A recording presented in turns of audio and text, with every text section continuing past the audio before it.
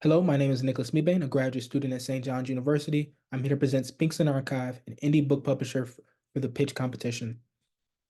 A little bit of backstory. During the COVID pandemic, when everyone was searching for ways to pass the time, I was inspired after countless failed hobbies to write stories for fun. Through this journey of writing for fun, I started to think about how I could publish this book for myself. Though I ended up not publishing this book, I still learned so much about the book publishing industry, and it helped me to want to be inspired to help writers bring their books to market. A little bit about this market.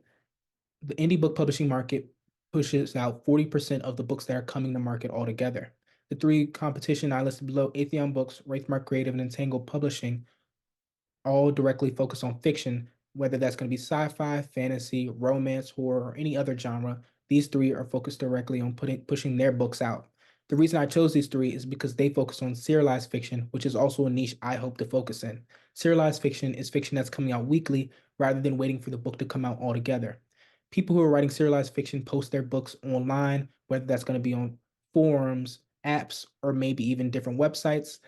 By targeting these people who are writing online, they're able to find people who are already building up fan bases and helping them to know exactly what type of book is already being successful.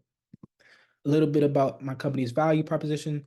Write with reckless abandonment. That's just saying we want all the authors to be focused only on writing and that we're going to handle everything else. So our services would be aimed at things like marketing, line editing, anything that's going to help these writers to put out a full fledged book after they finish writing their serial fiction.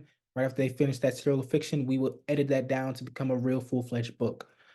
We would offer better royalties and revenue split than maybe a traditional publisher that's bigger and has a lot more market power. So by offering this great revenue split, it's going to draw authors to come directly to us rather than maybe other publishers. Our business model, a little bit business model, kind of what we already said, discount talent through popular websites that offer serialized fiction. We would negotiate contracts.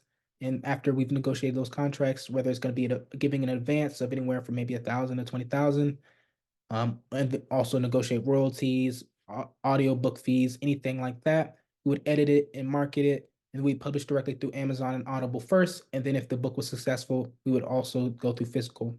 Another thing we also would add on to that is the Patreon subscription service, which would have all of the people who are working directly with our company.